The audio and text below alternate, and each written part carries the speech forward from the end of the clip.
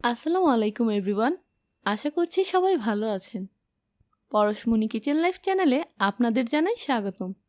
আজকে আমাদের রেসিপিতে থাকবে চিকেন চাইনিজ ভেজিটেবল। বাচ্চাদেরকে বেশি বেশি সবজি খাওয়ানোর ক্ষেত্রে এই রেসিপিটির তুলনা হয় না। তবে চলুন শুরু করা যাক।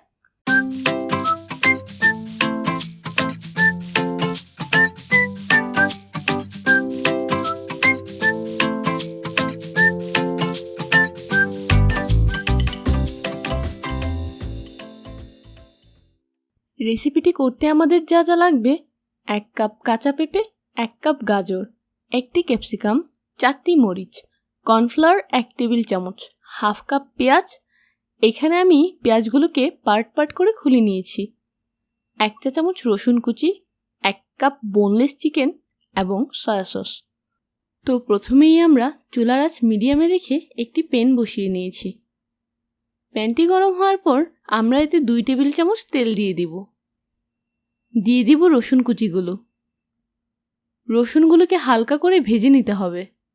রসুন কুচিগুলো যখন হালকা সোনালী রং ধারণ করবে তখনই আমরা চিকেনগুলো দিয়ে দিব। চিকেনগুলোকে খুব ভালোভাবে ভেজে নেব। এর মধ্যে দিয়ে দিব ফালি করে কেটে রাখা মরিচগুলো। চিকেনগুলো ভাজা হয়ে গেলে আমরা সবজিগুলোকে একে একে দিয়ে দিব। এখানে আমি সবজিগুলোকে লম্বা আকারে স্লাইস করে নিয়েছি। এখন আমি 2 কাপ পানি অ্যাড করব, যাতে করে সবজিগুলো সেদ্ধ হয়ে যাবে। দিয়ে দিব 1/4 টিস্পুন লবণ। এবার একটু নেড়েচেড়ে সবকিছু মিক্স করে নিব।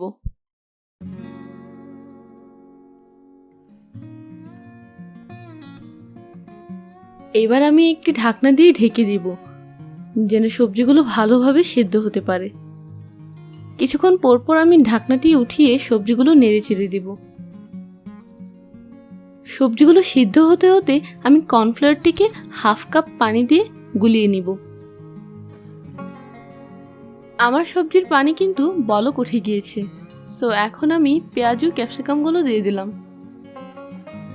এবার আমরা নাড়িয়ে চাড়িয়ে সবগুলো উপকরণ মিশিয়ে নেব। তারপর আমি 1 টেবিল চামচ সয়া সস অ্যাড করব। দিয়ে দিলাম 1/4 টেবিল স্পুন টেস্টি সল্ট। আমরা এবার কিছুক্ষণ পরপর নেড়ে চেড়ে দিব, যাতে সবগুলো সবজি সমানভাবে সিদ্ধ হয়। এবার আমি পানিতে গুলিয়ে রাখা কর্নফ্লাওয়ারটি দিয়ে দিব। কর্নফ্লাওয়ারটি আমরা অল্প অল্প করে অ্যাড করব, সবটা যাতে ভালোভাবে মিক্স হয়।